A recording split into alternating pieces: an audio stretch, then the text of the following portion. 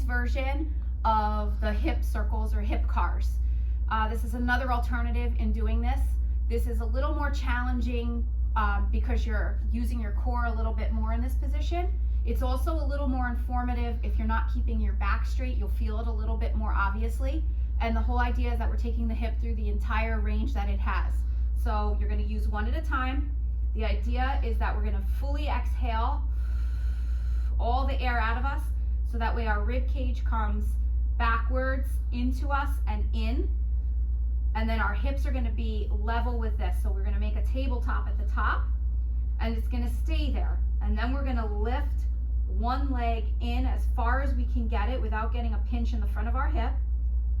Then we're going to bring it out to the side as high as we can. And then from that position, with our heel still down, we're going to try to lift the heel up as if we're plopping our leg up onto a table.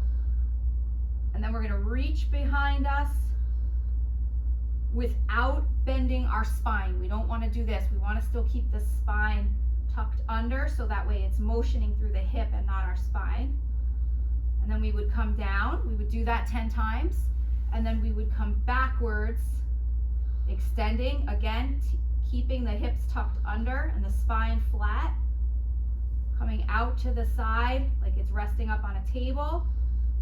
Dropping the hip or the heel down, and then pulling it into us. And this hits all the ranges of motion on one side, and then you would do it on the other.